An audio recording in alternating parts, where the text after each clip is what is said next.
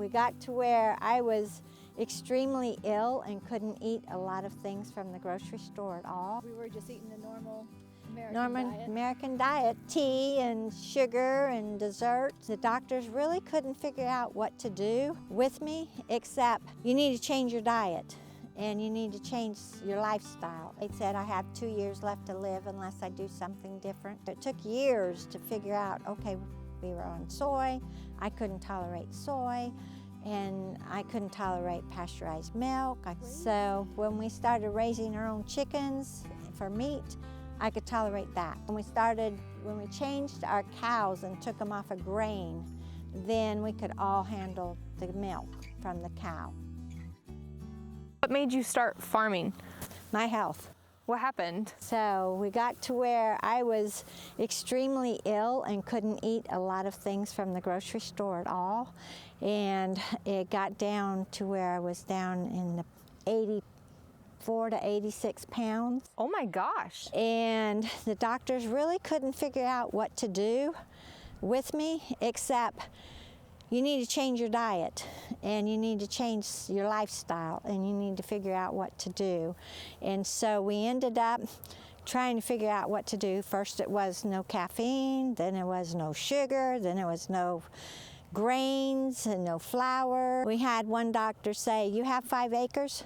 Why don't you try getting your own animals and seeing if that meat is making you sick, if you're actually allergic to the animal or to what the animal's eating. So what was happening before that? Like you said you were down to 80 pounds. Yeah. You just couldn't eat? You couldn't keep things down? Not to get too in depth to it, but... I didn't have the energy level. I ended up having really sick on my stomach at nighttime if I would eat store-bought meats or store-bought dairy. Have asthma, a lot of asthma, had heart condition. And so all the meds that they tried, I was allergic to the meds. And so I was hypersensitive to so much stuff that we finally just figured, one doctor said, you just need to go off everything and let's just try and clean yourself up. We did saunas, we did IVCs, we did diets and allergy tests, and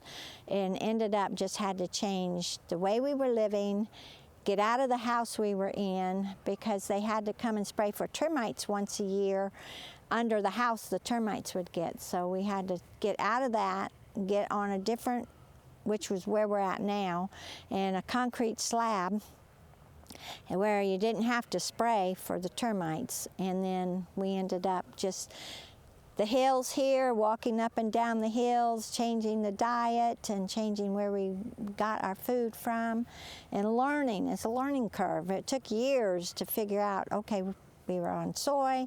I couldn't tolerate soy, and I couldn't tolerate pasteurized milk. I couldn't tolerate chicken at the store. I couldn't tolerate the beef fed to grain. I couldn't tolerate a lot of things. And so I could tolerate eggs, but there was a lot I couldn't tolerate.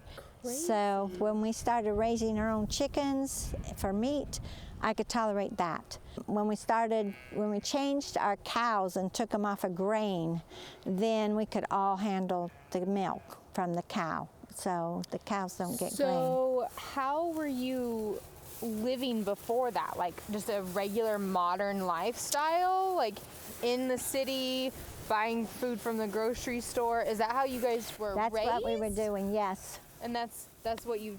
That's what we were doing.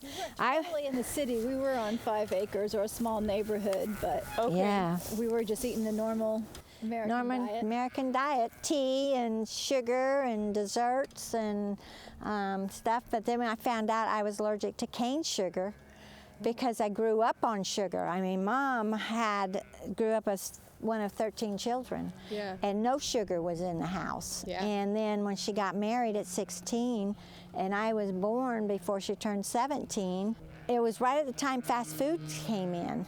And so she just sugar, sugar, sugar. You had bags of candy, you had sugar on bread and butter, you had sugar on scrambled eggs. You were the firstborn. Yes. Mm-hmm. And that's when her diet kind of changed. Do your siblings have these Yes. intolerances too?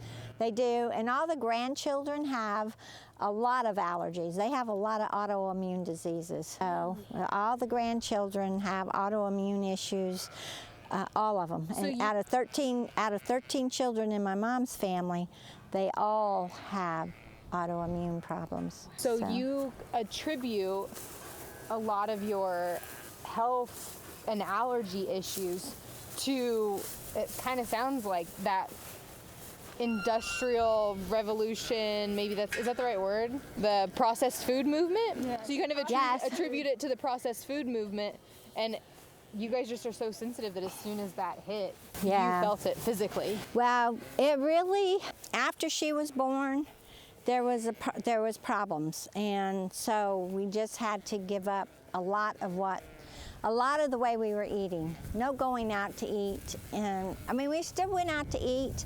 We don't anymore because we can't find a restaurant that doesn't have sugar or preservative, you know, and so it's gotten a lot harder to go out to eat. So we haven't been out to eat in probably 4 or 5 years. So what year did you notice that like something had to change? I am 68 now, and I was 30. Wow. And 31. At that point, they said, you've only got, I think maybe about 28. They said I have 2 years left to live unless I do something different. Because you couldn't keep weight on. I couldn't keep the weight on. I was almost bedridden. I could not do a lot of things. I just really had no energy to do a lot of things. Wow. And so at 31, they did a surgery and thought, okay, that's going to be it. But it wasn't, and I got worse. And so they just said, you're gonna, you know, you don't have long to live if you don't find something different. They didn't know why. Don't know why, but we're done with you, so goodbye. And that was the doctors saying that. And then you said you found a doctor who just suggested it. Were they like a holistic doctor or something? Yes, okay. They were. Okay. And they just said, you've got to go off sugar. You've got to go off caffeine.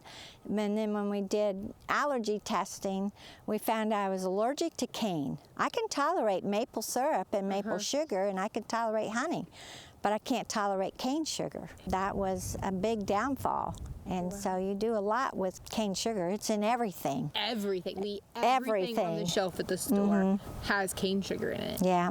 And then And I'm allergic to corn, and then that's in everything plus. If it doesn't have cane sugar in It definitely has corn. Or some form of corn. Yes, Right. Corn exactly syrup right. or something. So how long has it been since you've been healthy? I had the heart attack at 40.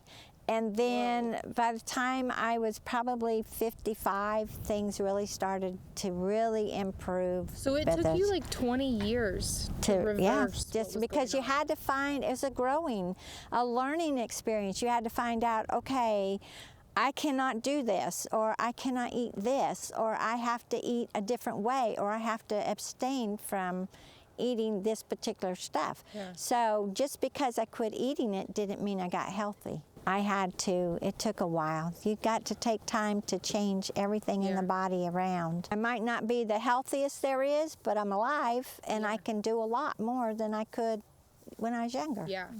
So how long have you been on this farm then? 28 years. 28 years. So almost Right in there. Okay. And your husband's joined us, Tom. Yep. And part of that journey then, perfect segue, is you just fed the sheep, and that's some of the animals that you like, and you eat the sheep. What got you started in the sheep then? That was the doctor telling us to get our own meat, and that was the smallest animal we could get. Then we had some friends that had sheep, so we got chickens for egg laying, and we got meat sheep. That was our first endeavors into growing our own food. So the sheep were first. What breed sheep are they? These are Katahdins. We started out with woolly sheep, but these are hair sheep. Oh my gosh, you have so many little lambs. They're so cute. They are. Look at their little tails. So why Katahdins? Because they're more the meat. The woolly was... You don't have to shear them Yeah. either. You don't have to dock a tail. You don't have to shear them. They're more parasite resistant. They do pretty good here. They get a little bit of wool on them in the winter time, but it sheds off. You can see a couple of them look like they got rugs on them. Or will they freak out if we get closer? No. No, they're eating. Oh, nope. Somebody knew. They don't like me. That's okay. They can eat. So a few of them are kind of shedding a little bit. By June, they will shed everything off and be slick like a Labrador dog. Really? And are you able to use that hair that falls No, off? it's just like a dog shedding, Okay. but it sheds in a mat, a woolly rug mat. Yeah. They'll rub on fences or rub on the trees or something, any place they can rub, or get down on their back on the grass and roll around and Yeah. rub to get it off. So you started eating lamb, and that's kind of when things really They're grass fed. They're eating alfalfa pellets right now that we put water in to help break it down so it's not a whole pellet, because they'll choke on a whole pellet. That's a good point. And so we make mush with it. Okay. And then they can eat that. So they get hay, they get grass in the summertime, and then they get the alfalfa pellets. I just want to see it. Yeah. I'll move in just a second. Oh yeah. Wait, what made you want to do that? Well, choked. what happens is you see they're all mobbing it. Yeah. And so, and they're ruminants, so they're thought, I don't know, they think this or not, but they're gonna eat it later. Right, because they're gonna. So they want to get a whole bunch of it in their mouth before their buddy does, and so they can get a mouthful and it's all dry, and they'll choke on it. Because it'll start expanding with the saliva in their mouth. No, they just get the wad of it in their throat And and, they just- choke, and and so- they can choke to death. We've lost a few of them that way. Not, I mean, it's very rare. Right. But sometimes they'll start choking and they'll get it up. And so we've learned to just soak them. And there's even some alfalfa pellets that take a long time to soak because they're really compressed hard. These particular ones that we're using do pretty good. Within a half an hour, they're almost like oatmeal, just about. Well, you felt it. Yeah, Yeah. it was nice. Yeah. And so they don't get a big glob of dry stuff in their mouth. So it probably does make a lot of sense that anything dry, I mean, shoot, even hay, I guess. I Yeah. never thought of that. Like, I've raised cattle my entire life, and I never really thought about how dry it is. We talk about needing water, Yeah. but to add it to their hay is really, really interesting. I love that. But we don't feed any of our ruminants any grain at all, Yeah. and not the cows and not the sheep. The cows do fine with the alfalfa without soaking it, but Yeah, the sheep 'cause, well, they're don't. Every like once in a 3 times while, the you'll size. have a cow that gets choked, but that's just because they're eating like a pig. It all started because, not feeding them grain or anything, because I don't know if Terry already told you, but whatever a mama eats, that's what's in the milk. And so if you're feeding some kind of grain or corn or whatever, and that you're allergic to it, you might be allergic to their milk too. And so we just decided to take off everything except for natural grasses, and now we'll feed them in the wintertime. We got oats and barley and that kind of stuff, but it's all grass. It's not the grain. planted. It's not the grain, yeah. And so that's what we see. The green here is now oats and ryegrass And barley. and barley. So that's part of your pasture management that you were Yeah. telling me off camera, Yeah. is you don't do the electric fence rotating it every day Well- necessarily. You have them paddocked off with permanent fence. This fence isn't a typical fence that you see, the field wire fence that has 6-inch squares, They're huge. and this one might be electrified. Okay. And so it's on a post that's a composite post. So, but at the end of this, our lane is all hot, and so if I want this fence to be hot, all I got to do is take the handle off the thing, hook onto the fence, and the whole fence is hot. Is it grounding out at all? No, because it's just dry grass. It's not. Okay. Yeah. And it's, But- this is all. I don't know if this one's hot, but sometimes we won't make them try hot. Yeah. And so we can rotate them around, and if we need to, we can put a wire from here to the other side and make 100 foot or whatever length you want, because our fences are about 130. Yeah, our wooden posts are 100 feet apart. So if we want to just give them a one little section, then we can run a hot wire strand across it and give them a section, which is what we're doing with our Jersey cows right now. And we give them a 100-foot section at night, let them eat that, and then we put them back on hay, and that gives them the green grass that they need to help bring their milk production up. So they're really big holes. Is there any particular reason why it's the big one? It was cheaper, but Yeah. but it's a high tensile wire, which means it's springy. Mm-hmm. And if you was to, I wouldn't know why I was doing it, but you could almost drive over it, and it would come right back up again. but we wanted to get something we could electrify. Yeah. That didn't have a whole lot of wire on it. Now this opening big enough for the animals to stick their head through it. But when they're in a paddock, we'll make that fence hot, and they'll stay away from it. Yeah. And it worked out that way. This has been major trial and error then, because you guys didn't, or I guess you guys didn't grow up farming, right? No. No. So you just had, and then you did this 30 years ago, right? 25 years ago? 27. We've been here. Well, 27 we years. got the chickens and the sheep when I was 17, Okay. and I'm 48 now. Okay. So it's been about 30 years that we've had all the animals. So 30 years ago, the information that was available to people who wanted to start nothing. farming, farming was like Nothing. zilch. We There knew was nothing about Joel Salatin. Yeah. No YouTube to go to. Right. Barely Nothing. some books. Yeah. Because Barely. all of that information was just passed down. Right. From I think there was a generation to country generation. living encyclopedia Uh-huh. Yeah. that you read through.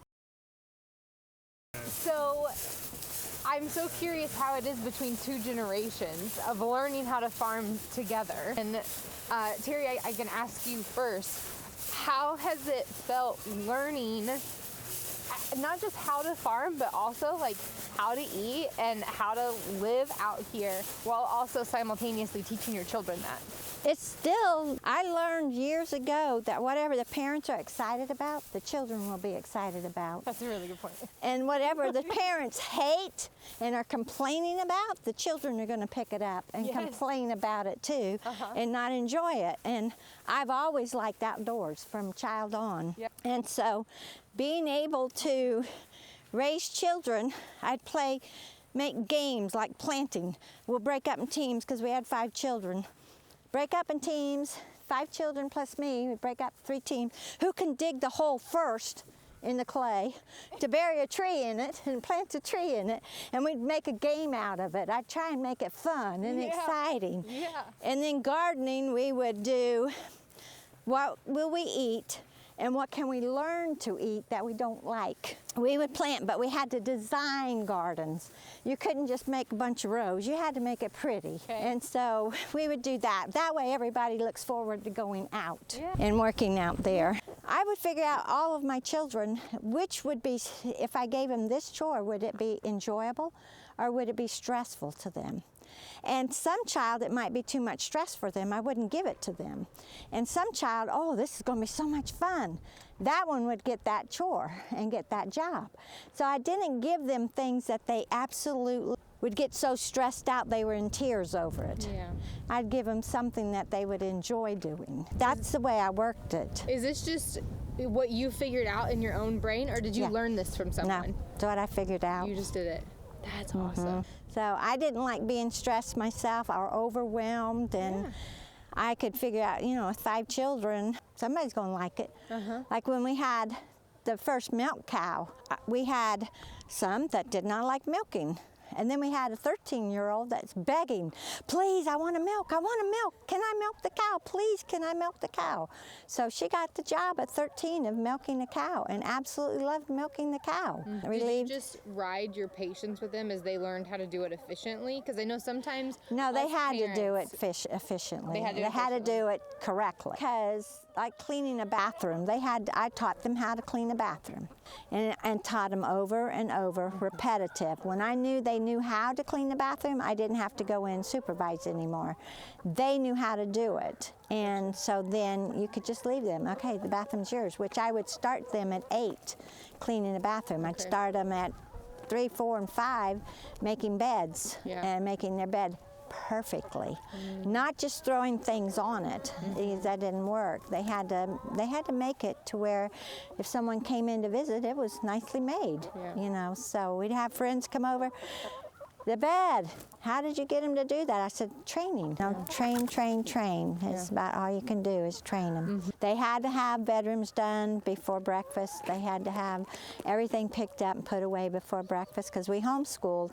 So everything had to get done and everything was on a schedule. I think we heard one time from another mother that if you haven't taught them how to do by the time they're 2, you're not going to get them to do any work. And if you haven't figured out a schedule, you know, on the number 1 child, number 2 child, you can get away with that and be lenient. But by the time number 3 comes, if you haven't got a schedule, you're not going to get anything done. Yeah. So you just kind of had to start scheduling and figuring out what times work the best. And every year, being homeschooling, every year was a different schedule that you had to work with, because it's, you know, they're growing up. Yeah. They're learning new things, and they're different, and some can have more responsibility. Some, you know, it just works out different every year. So a schedule just means that they know what to expect. It doesn't mean that you're a tyrant hammering down this for the next 40 years of your life. Yeah. Here's the schedule this year. Here, probably this 6 or 8 weeks. Here's your school schedule, you know, and we'd work through that.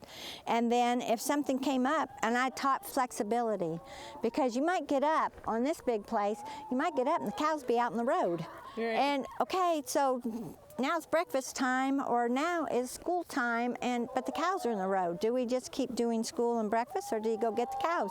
You go get the cows. Yeah. So we kind of had to learn flexibility on the farm, because you never knew what was going to happen. Right. Somebody might call and say, I want to come to the farm and have a farm tour today.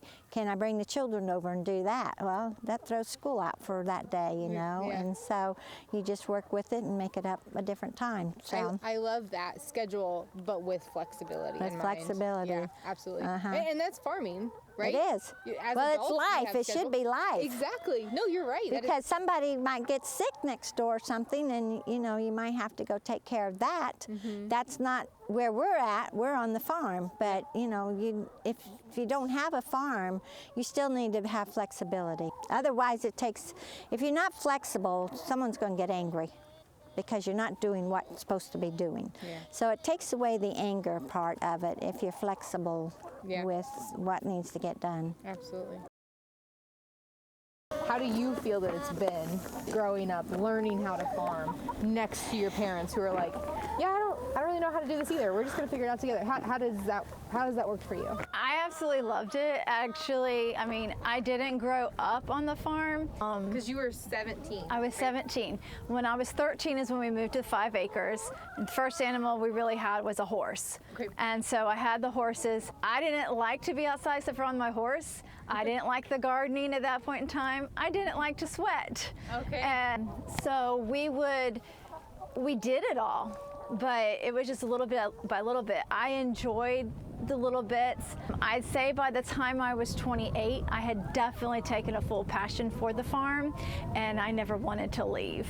But at the same time, to back up, I always had a dream of living on a farm or a ranch. Okay. I didn't know much about it, but it was a dream, it was a passion to have a bunch of cows. Why? Where did that come from? I have no idea. I would love to know. I mean, my dream was to live in Colorado where the wild horses ran through your front yard. I didn't know what that looked like. It just sounded fun. You got it from a book somewhere. It had to have.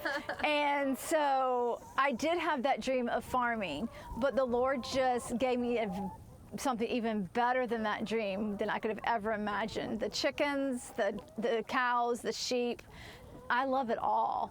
And I do have a lot of cows now. I enjoy milking. I really enjoy the milking. I'm in charge of planning out when the chickens come and when we butcher them. And so that was the nice thing, is I just took a passion for it, just like Mom and Dad did. I was totally on board, in for it the whole way with them. And I remember one year, Mother was so busy, I think it was after my brothers had left home, and Mom was so busy, and she's like, I don't have time to do a garden. And I was like, we have to have a garden. And so we got it plowed, and I mapped it all out and designed it, because like she said, we designed gardens, we just didn't plant rows. And so I took care of it. I planted it, and we took care of it, and it came down to harvesting time, and Mom kept asking me if the green beans are ready, and I'm like, not yet, not yet, not yet.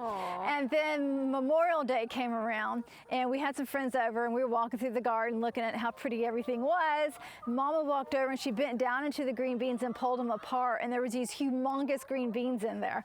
And I was like, oh, I didn't know you had to look into a green bean plant to find green beans. I thought they were like peas and you could stand 10 feet away and look and see them, but that wasn't the case. You had to get involved. And so that was my first really big got involved with the garden.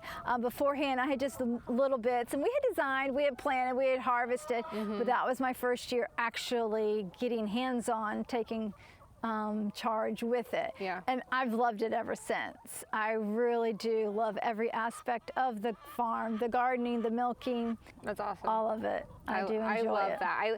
I think I love most seeing younger people who have no background, because it's like when you grow up on a farm, it's what you do and you don't really know why, you just do it and that's that. But being able to grow up and finding the love in it, it hits my heart really special, because it's just so cool that not a lot of people get to do. Yeah, I love it.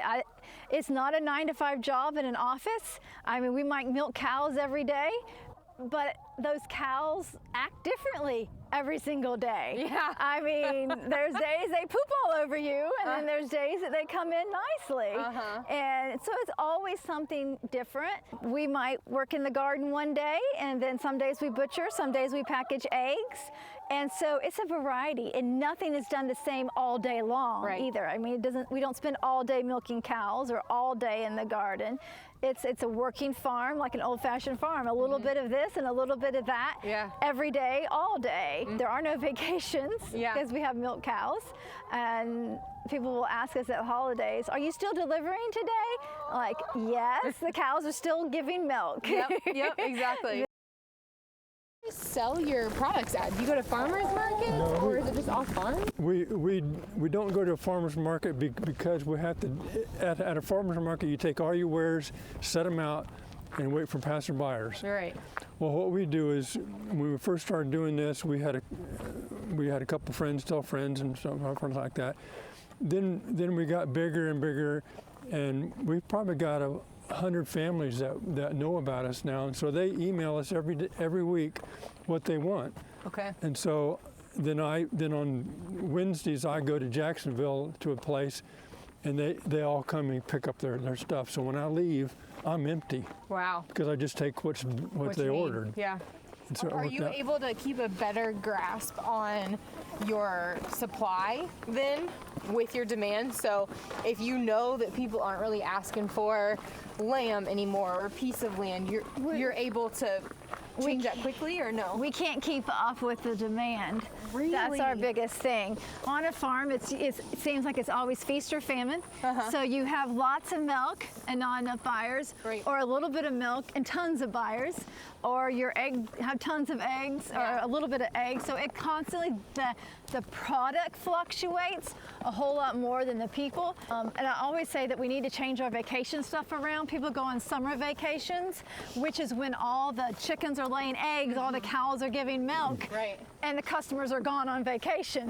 But in the wintertime, when everybody's home, in school, holidays, they want the milk, they want the eggs, but the production isn't as much there. So that makes it a little harder. So how do you do that with the broilers? We butcher them ourselves. You do, okay. Does Florida have like a max butcher? 20,000. Okay. So we have the poultry license, and that gives us the ability to do 20,000 chickens a year. Oh, so you are licensed? Yes. For poultry, we are licensed. For human consumption. Very cool. So you've got your broilers and these little chicken tractors here. Yeah. Yes. I haven't seen these style, really. Is this just your own style, or? Well, we saw something on the internet on this, and we just kind of put it together from what we saw, the pictures, no plans involved too much. But what's nice about it is, like I said earlier, you don't have to crawl in there to get them. And we found also these things can be used for a sick calf or mom and lamb, trying to bond them together.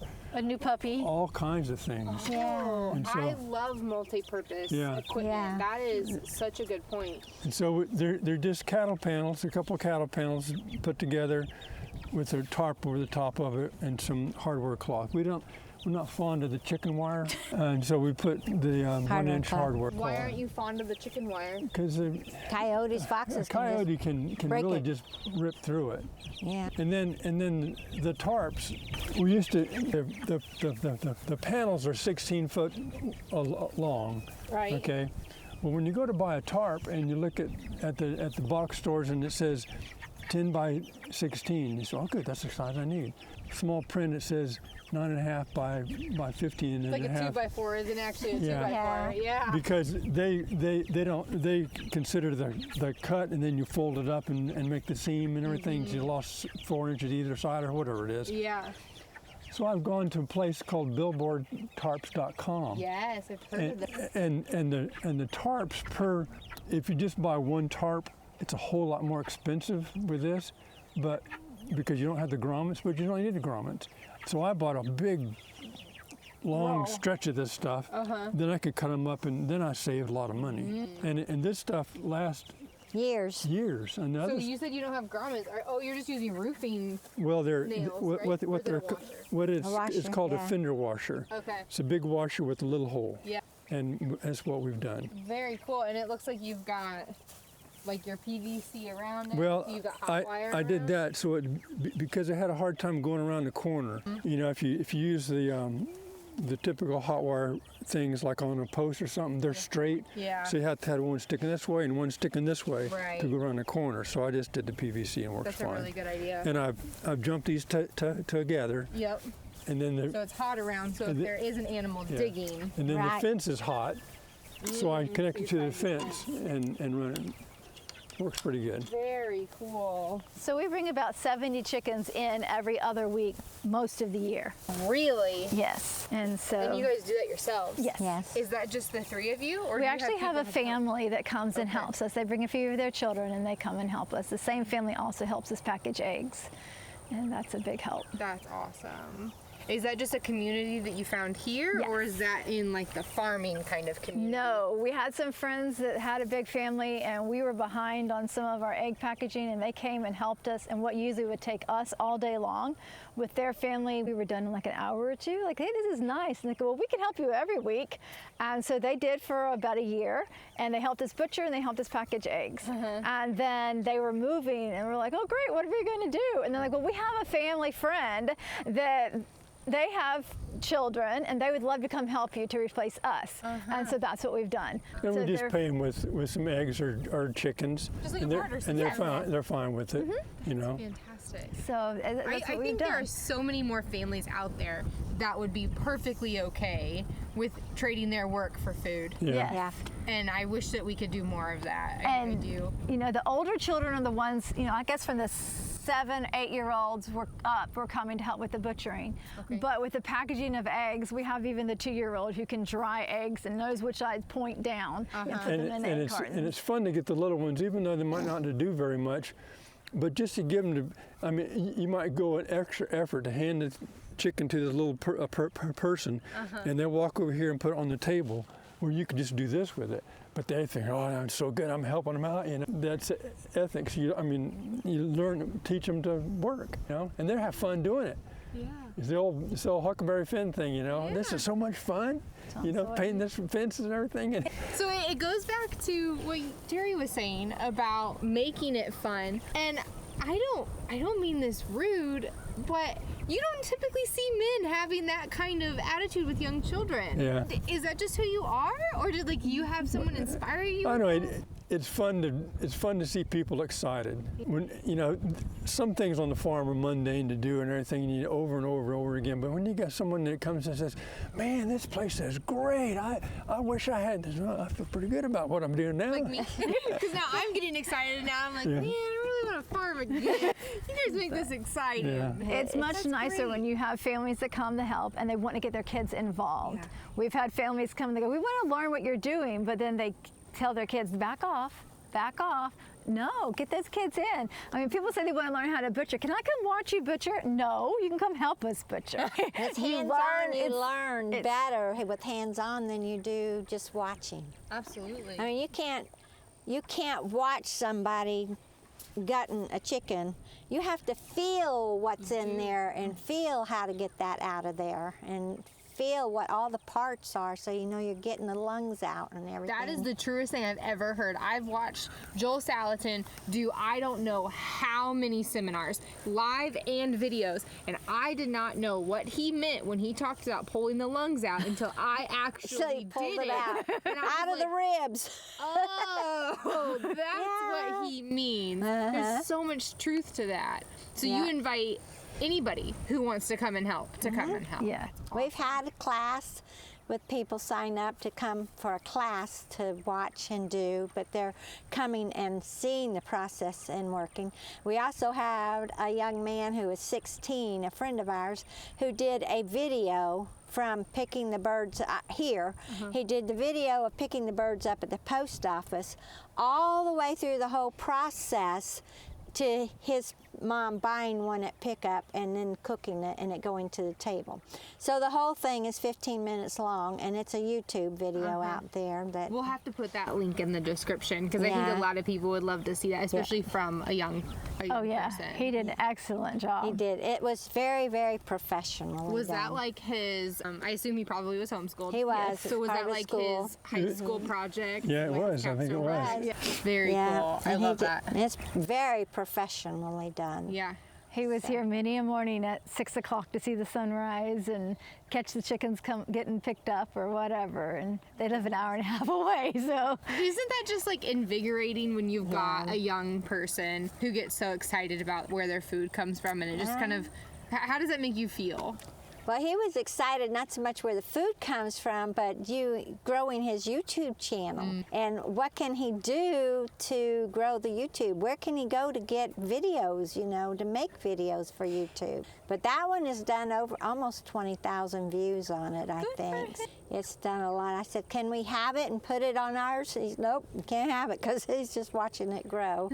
So we have a link on our Facebook that takes it to his YouTube there. And I tell Tia, every now and then you need to update it up to the top so it's found. Yeah. But I think even on our webpage. It's on our webpage. It's on our webpage. On our where website, you do can it. click on it and then it takes you, you view it through his YouTube, but it's Yeah. there. Yeah. Yeah. I do write a journal every Sunday night about life on the farm.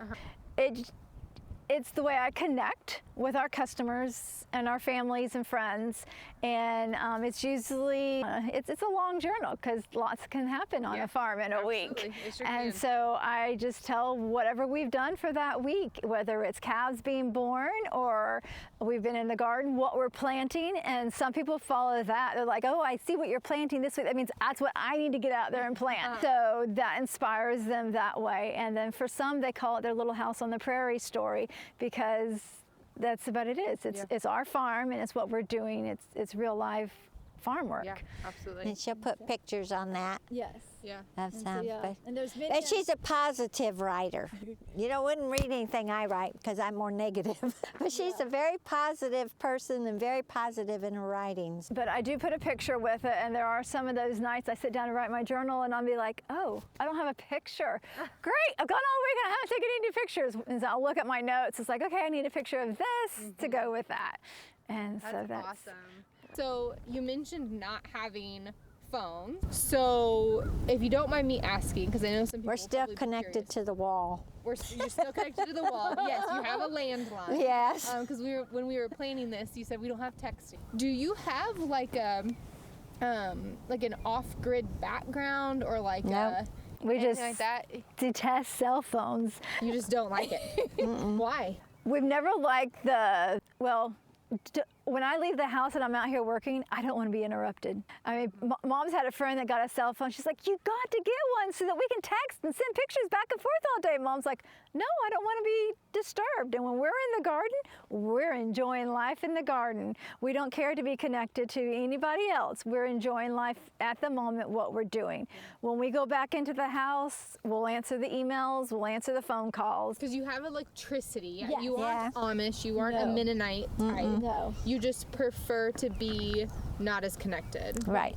Do you find a better quality of life that way, you think? Or Yes, We get more done. We're not this all day.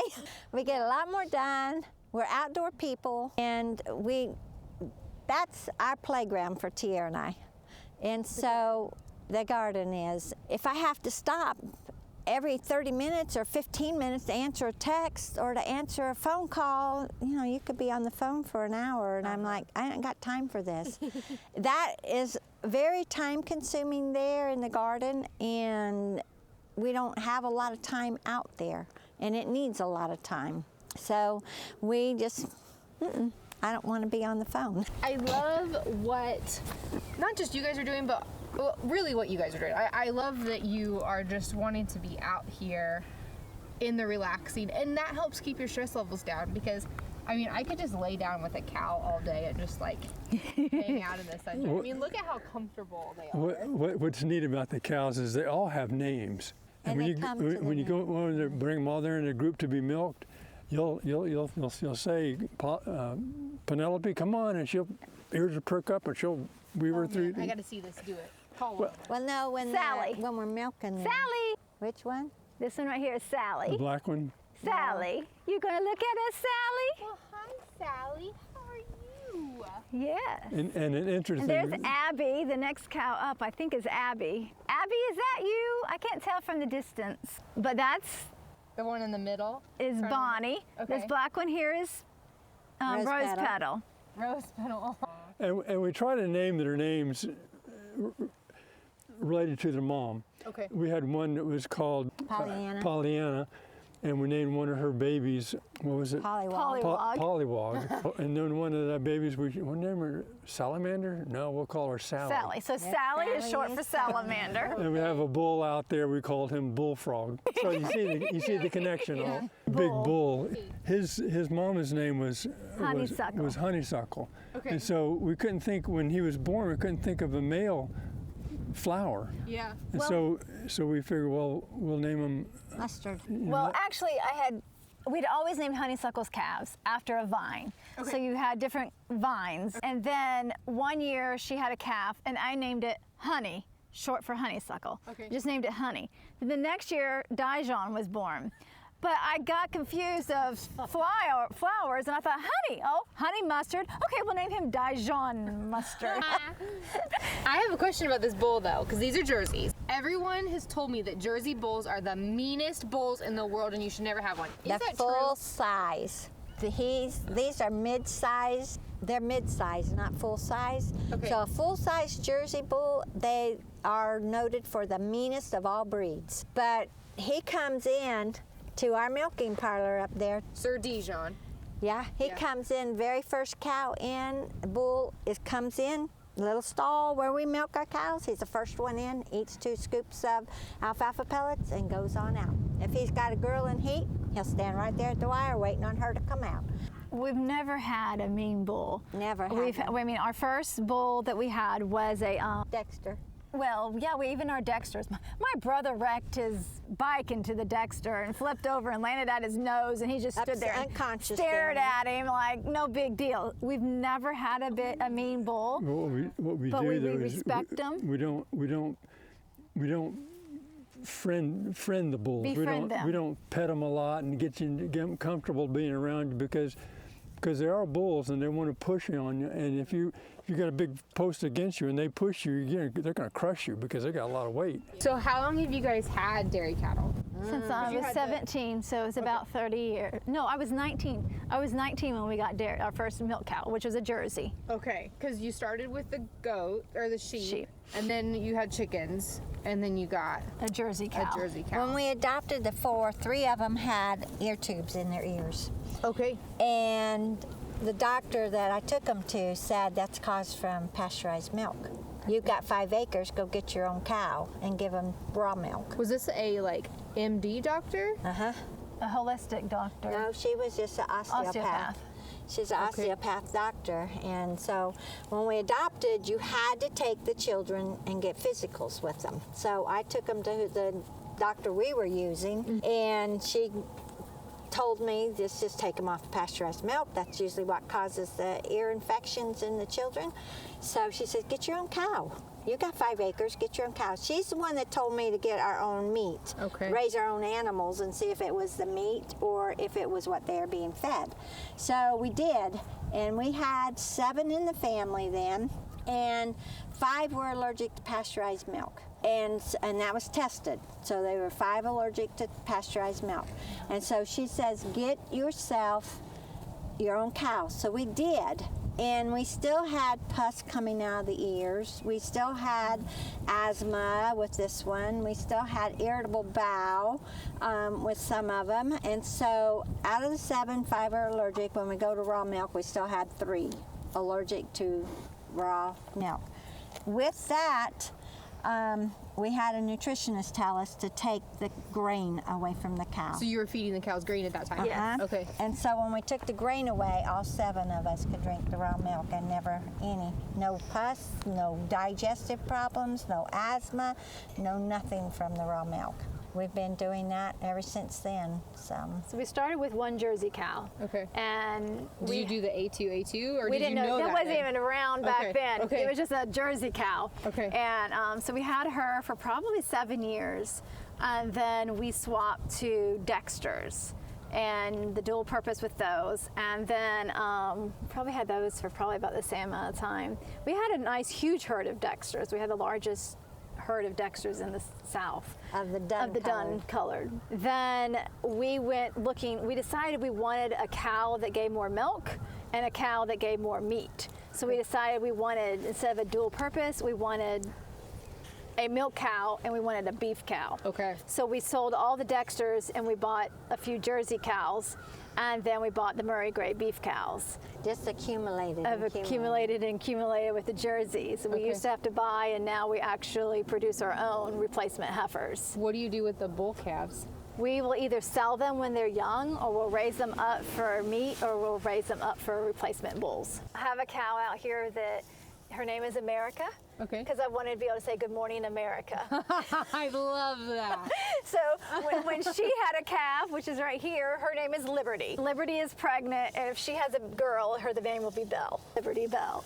That is awesome. I love the way you're naming. That's so awesome. And I noticed too that you have your calves out here. Yes. Do you put them in huts or you calf share? We calf share. How do you do that? Because there's so much out there We about just- it works, it doesn't work. Some Well, people do it, some people don't. here's what we do is in evening time, About 5. about 5 or so,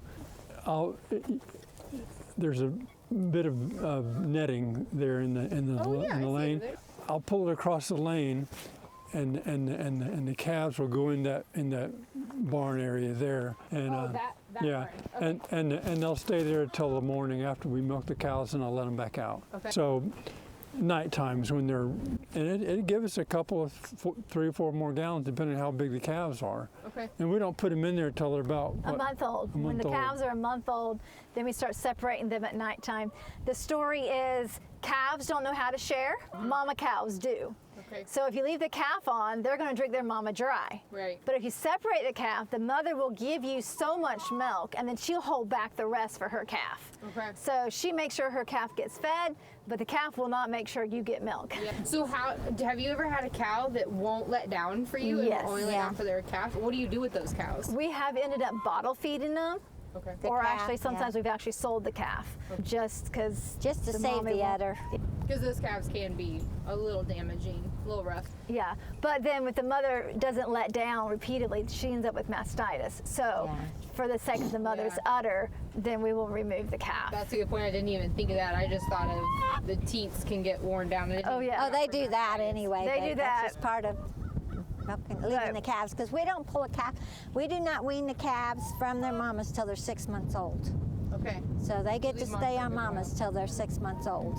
Okay. We used to do it longer, but then we get bred. found out they get bred. And you don't know that because we'll say, well, let's take this one away. The bull's paying some attention to it. Put it in with the heifers, and then 9 months later. 9 months later, we found out it had a calf as well. We didn't catch it when he was just sniffing. We didn't know he was just sniffing. He was doing his thing, and so. Yeah, sometimes we won't even know it. I thought it would be healthier for the calves to leave them on until they were 9 months old. We did that. And then we were out there driving past the heifer pen and realized that there's a heifer in labor. And like, wait a second. And you go back, you go, oh, okay, so that was too long. Although we have had 5-month-old calves get pregnant, and you don't know it until they're calving. Yeah. And it's like, oh, great. So how do you manage that? Do you just keep a closer eye? we try. Yeah. We try, and sometimes you miss it, and sometimes you don't. Because if we're looking at here, you have probably freshened cows, milking cows, Dry cows, and calves in Yes. a bowl, all in one pen. You're not separating them out. No. So we calve year round. That way we try our best to have fresh milk. That's a good point. Cows that are freshening, cows that are drying off. You know, the idea is to have at least 1 or 2 cows calving every month. Okay. Sometimes things happen that throw that off. Yeah. Last year we had 2 cows get struck by lightning. And so that was a One loss. bit by a rattlesnake last summer, Yes. and 2 struck by lightning last summer. Oh my gosh. Yes. So thankfully, the one that got bit by the rattlesnake, she recovered, and we were able to keep her in milk. Okay. So that was a blessing. Yeah. The vet was like, dry her off.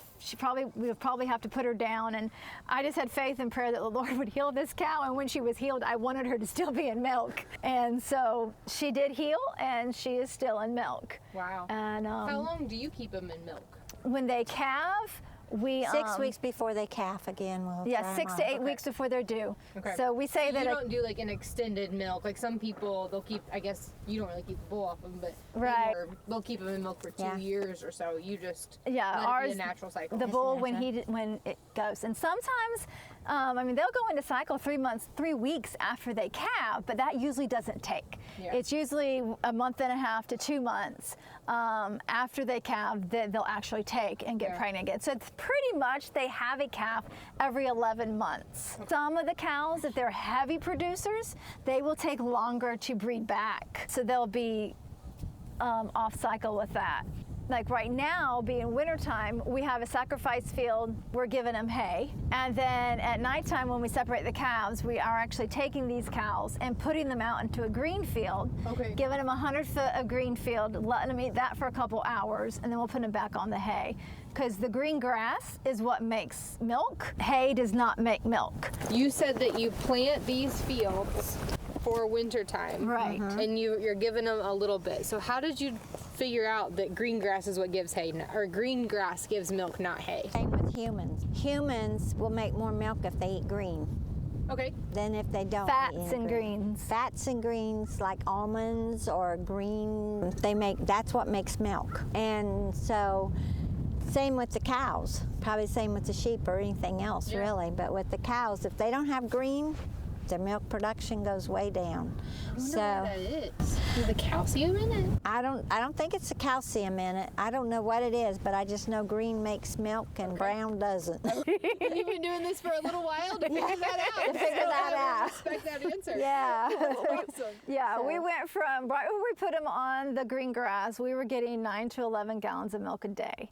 We put them on the green grass, and we're getting 17 to 19 gallons of milk a day. Wow. So it makes a big difference in production on how much. Okay, so let's say again what you guys do. So in the evening or late afternoon, you put them on 100 feet. Uh-huh. Green. You pull them off, you put them back over here On for the hay. hay at night. And this is just for the winter time. Yes. Right. You don't do that in the summer. No. In the summer, they get the whole 2 acres, and every day they get moved to the next 2 acres. Every day. Bring them in to be milked. I'll move their waters and different things to the next field. Okay, while and, they're milking. And then while they're milking, so they come to the new field, and then the chickens might be a couple days behind the cows. Sometimes the sheep follow. Yeah. So we might have like the milk cows, and then the sheep, and then sometimes the Murray Grey beef cows will follow behind, and then the chickens. Because So that we don't get the beef cattle and the jerseys too close together. So That would there's end badly. sheep. Yes. Well, they it'd be spar like there'd be back and forth chickens. because Well, they of- spar, but then they can get in and breed too. But then they so- dig holes, big holes. Yeah, on the either bulls, side the of the two fence, bulls. the 2 bulls are digging we really try to deep keep holes. them not just a fence away, but a paddock away from each Gotcha. other. And right now in the wintertime, your cattle are way over there. Yeah. Yes. Yeah. Yeah. Yeah. Yeah. The beef cattle, I should Right. say. Yeah. Everybody has a winter paddock that's just like a sacrifice field where you can put the hay and not have to worry about it. So you put hay out in the pastures, our grasses down here end up dying out if you don't pick the hay off of it. Okay. Up north, they've got grasses that you can put hay all over, and it makes your fields better. Yep. Because the Down hay's here, good hay. you put hay out there, and then it sprouts coastal, but it also kills off, if it gets too thick, it kills off your grass. Gotcha. So it's a little bit different with that, but we do rotationally graze every day, about 6 months of the year. Okay. And right now our grasses are dormant, or Bahia grasses, and so Till you look right there and it's green today. yeah, it's short green. there. It's green, but it's not growing. It's not Yeah. growing, it's short. But come July, the grasses are literally up to here on us. You know, in the wintertime, you say, oh, you got too many cows because you got to give a whole bunch of hay. But in the summertime, we could use a couple hundred more cows because we get tons and tons of grass. Yes. That's a really interesting. So each post is 100 feet. Yes. So you just give them like this one and then the next one, Right. and the next Right. until they end up having the whole field, or you. We section it off where they Section can off only. on both sides. Yes. What we've been doing, at first we would keep them in there the whole night. And so if we went on the second field, we'd put a wire so they couldn't go back to the first field. Right. But now that we just put them out there for a couple of hours, they're going to be on the new field.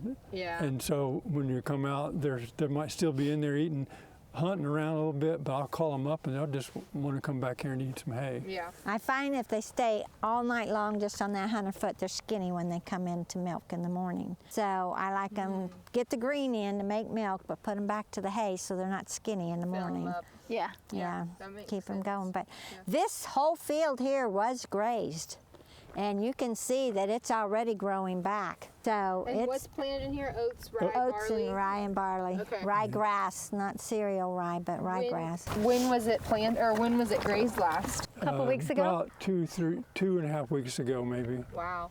And so it's coming back. So And see, you don't keep them on it long enough to just eat it once. Right. If you keep them there, they're going to eat it over until it's just gone. But if you just keep them back, if you just let them out, eat it down, and then take them off of it, and then don't put them back on there till it comes back up again. How long have you been using that method? we've been doing years. For a while. Years and years of just giving and them a we've little. been- I find if you give them too much, they get diarrhea. Right. And we don't like dealing with the diarrhea up there at the milking parlor. Yes. No way. So it's like water hoses. I say they got water hydrants coming out the back end of them, and it's just brown and liquid. And I said, I can't handle this. But thing. what we also do is, we've got not every other, but not all the fields are done, because if you plant all the fields, where the cow's going to be when the field's growing. But about July or so, we might plant some cowpeas Okay. in some of these fields, Okay. and then we won't put the cows on there till October or so, Okay. and they'll come in there and eat, and we'll do the same thing, give them a portion of it, and then those are the fields that had the peas in them. Might be the fields we plant the winter grasses on, because it puts nitrogen into the ground a little bit. Right. And we've been doing that for 5 or 6 years, and some years are better than others. Right. What made you change? Like, why did you decide to start doing that? Well, we were following some information other people's more knowledgeable than me, and Figured it out. and they were doing it. Some people will plow their field. You've done this, I'm sure. You drive around and say, man, they got a nice green field. But you don't realize, if you get up close to it, his grass is gone, because he's plowed it into the dirt and planted the green stuff on it, and it's growing up. It looks good, but I can't force myself to tear up my fields to make them bare to plant seed on. Yeah. They will do good for them to eat on, but will they come back quick enough for them to graze on it during the summertime? You know, when we first started milking cows, we had one cow. We tied her to a tree, and we sat on either side of her, and 2 of us milked her. If it was raining, we would put her in the barn and milk her there. Yeah. When we moved here, my brother would head out to pasture wherever the cow was at and hook her up to a fence and milk her. Yeah. And we did that for a long time. And then Mama built a portable milking parlor. Okay. And it was this design here, but it was all wood, and it was on skids. And wherever the cows were, we were milking by hand. We had the Dexters at that time.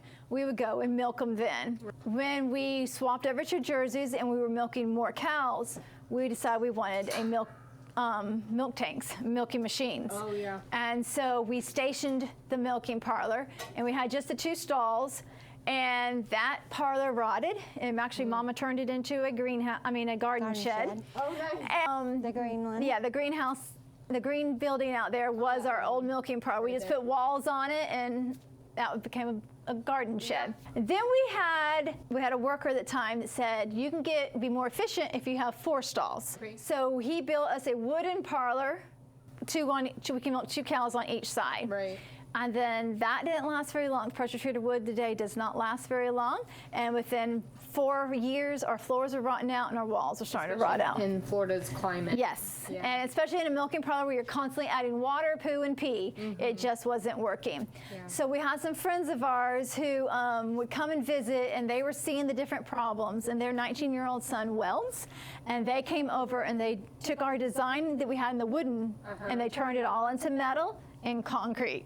So that's what we How have. long have you had this? 2 years. No, about since 2020 or 2019. So like 4 or 5 years? Yes. Wow. But what was interesting though is they had to build this over in the driveway, The and concrete up there. because we still had to milk, Yeah. and so Oh, yeah. and so when it was, and there's 2 sections of it, so they could move it. Anyway, when it was all done, they moved one section over there in the pasture a little bit, and the other section over there. So as soon as I put it all together, we put some plywood down on the ground so the cows could step on something; it wouldn't be muddy.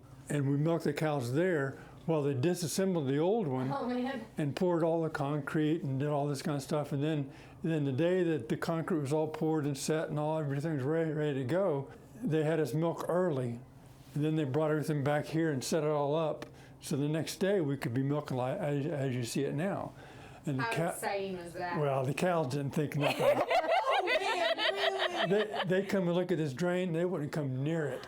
They said, no, someone's gonna come out there and grab me. I just know it. And they would look at that thing and they wouldn't cross it. It wouldn't come anywhere near it until they just eventually got used to it, you know. Did you have to like put a lead rope on them?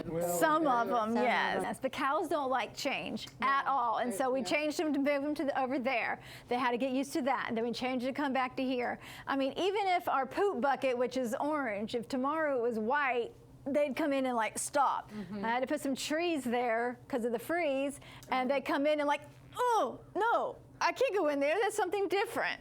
And so they don't like change. But they've gotten used to it, and some will actually still will walk over the drain, and some still will only walk come on here. that side. And so And it's some will only go through interesting. that. So we bring the cows in, they stand on that concrete, and we bring them in through here, Oh, okay. and we can call each cow by name. So they like come this way. Yes, they come through there, and then we open the wires, and they come in, and they go into one of the 4 empty stalls. Mother has her set that she milks. I have my set that I milk. So we sit in here, and then the cows are on either side of us, and we can milk 2 cows at a time. And the cows do all have their names, and we call them by name. And So that we cow- don't go out here.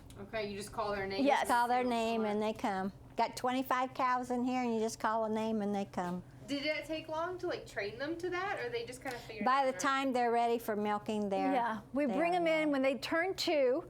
We'll bring them into the herd to get bred, Okay. and the next year or however long it takes them to get bred and have a calf, we spend working them to get used to coming in here, so that when they calve, they're used to coming in here and are ready to be milked. Yeah. And during that time is when they're learning their name. And I've gone up to cows and said, listen, this is what your name is, listen. But every day, calling them that name every day when you're working with them, they soon learn that's their name, and they come. And we had one cow, I did a video on her because Ellie Mae, she could be standing way off in the back, and this whole area used to be open for the cows to stand in. It wasn't just a small area. Okay. So they have that whole area. She might be way back there, and I'd call Ellie Mae, and she'd come running all the way up here, plow everybody down to get through. It's like, she called me, I'm coming. So it was really neat. And one time we had the feed. The cows like a certain brand of alfalfa.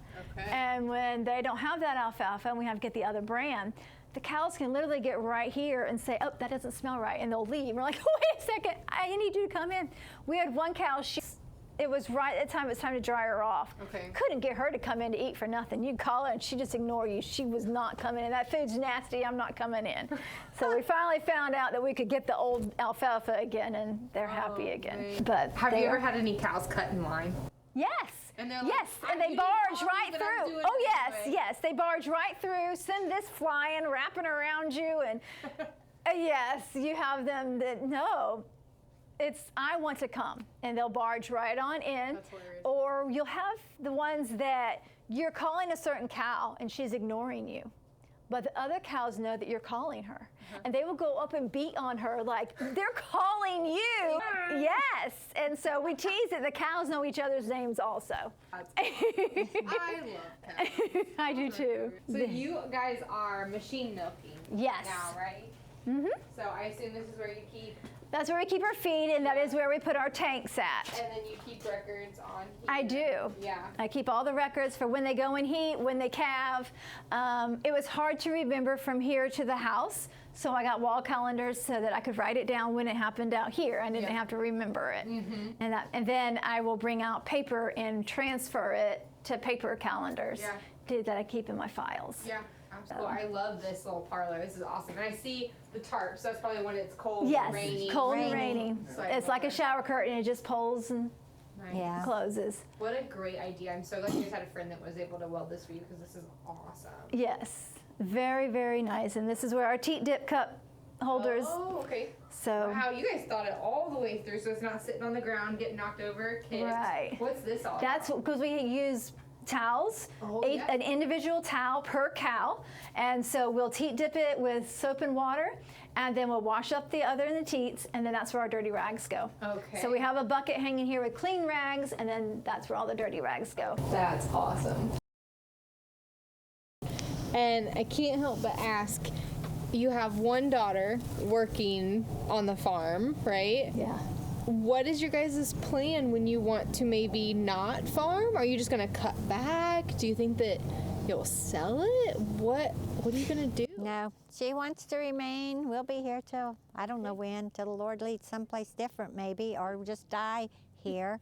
But she wants, That's what I want to. There's no retirement for me. No. yeah, she wants to stay here, make it her place, and probably have interns. If she never gets married, it'd just be interns or hired help Very cool. to do what she Do you can. guys use any like grant programs or like the We internship did kind of a program? grant to put in water lines all over the whole Okay. 58 acres, and that's the only grant we ever got was that one. And then interns we've had Off and on. off and on. We've had interns come. They stay in the house with us. I think the longest one we've had is 6 months. 3 months was normal, and some of them just a month. We've done interns. We'd like to get intern quarters, possibly. Just haven't figured it all out yet. Kind of like Joel Salatin's method of interns that are there for a dedicated set of time, not just someone who's just going here and there, a little bit here, a little bit there, but someone who's dedicated for that you vet more or less. Yeah. So you're still on the hunt for interns, always looking for more. And you just, why the internship program? What do you, I mean, obviously free help is nice, but like, what else do you want to get out of it? Well, they're learning what they don't want to do and what they do want to do in life. So the last one we had for 6 months, he left here and went to a regular conventional dairy, but it was still organic and they didn't grain feed the cows. Okay. But he's learned up there he doesn't like that kind of farming. Okay. He liked this kind. He likes the hands-on, feet on the ground, He doesn't working like with the idea of sitting animals. in a tractor or a skidder and doing all your farm work. He wants to be out on Involved. the ground. We want to be grounded. Not the robot milkers or the Yeah, carousel. so, Yeah. but he liked the personality of cows and the names. They came by names. He liked that part of it, of personal relations with the cows and with the animals. And so he didn't like farming. I mean, he didn't like gardening at all when he first came, but that's what we do every day. And Right. so weeding is part of gardening. And by the time he left, he liked it. And so, they learn what they like, what they don't like. So it's giving them an opportunity to know what aspect of farming, and we do a lot of different things here. So they get to learn whether some of them don't like egg layers, some of them don't like meat chickens, some of them really don't like cows, and some of them love the garden. Yeah. So they get to know what they like, what they don't like, and they get to understand that this is day in, day out, all year long, no vacation time, you know, and it's hard work. And so they're learning to work. It's their skills. But you want to say free labor, but they get paid also. So They get a the room stipend, and board. but then It's they a- get all the food and room and board. Yeah, and So being that's that very our helpful. food's expensive because we only eat organic on this farm, so what we buy is all organic, and what we do here is all organic. The time period that Daddy had surgery on his shoulder and couldn't work, our church actually sent their young people. Every Sunday we get a new set of young people to come and stay with us for a week, and they thought it was grand to come and spend a week on the farm. And some of those children just made it something that they did for year after year. They'd come and spend a week here and there on the farm. And those young boys, they were eager to help out on the farm. They learned fencing, they learned how to paint and wallpaper, because that might be what we needed at that time. They learn to drive the tractor, the vehicles. They'd go home and they'd implement this stuff at their house. The young girls, ladies would learn. They learn how to set a table. They learn how to make a bed, because some of these have never been taught how to make a bed or how to set a table or anything. And we do set a full table, tablecloth, napkins. It's a complete set table every single meal we eat. So they would learn all of that. So they learn how to work in a family. They learn not just farming, but they learn all kinds of things. So if you have people who want to volunteer on a farm, or I should say, if there's someone out there who wants to volunteer on a farm, what would be your advice to them? Have an attitude to learn. Have a teachable spirit. Our last How do they do that? They're born with that. born- They're just born with that. Our Some last people are- intern was great on that. He had a teachable spirit, 100%, and you could say that's not the way you do that, and he'd want to learn and he'd work to teach. Do you think it's like an open mind? Just keeping an open mind? Yes. Yeah, but just a teachable spirit, really a teachable spirit. You're willing to learn, you're willing to take correction, you're willing to just be pleasant to be with. You know, if you're a grouch, it ain't gonna work. But if you can learn to, I'm here to learn whatever I can learn, and you're basically gonna learn what you don't like and what you do like about farming. Because everybody's farm runs differently, and everybody does differently on their farm. Some are more laid back and not so much work as what we do here. And some of them have more work than what we do. But they basically learn what they like and what they don't like about farm, what animals they like and what animals they don't like. So you just have to have a teachable spirit and a willingness that if you have to want to learn what goes on and how to do it. I love that.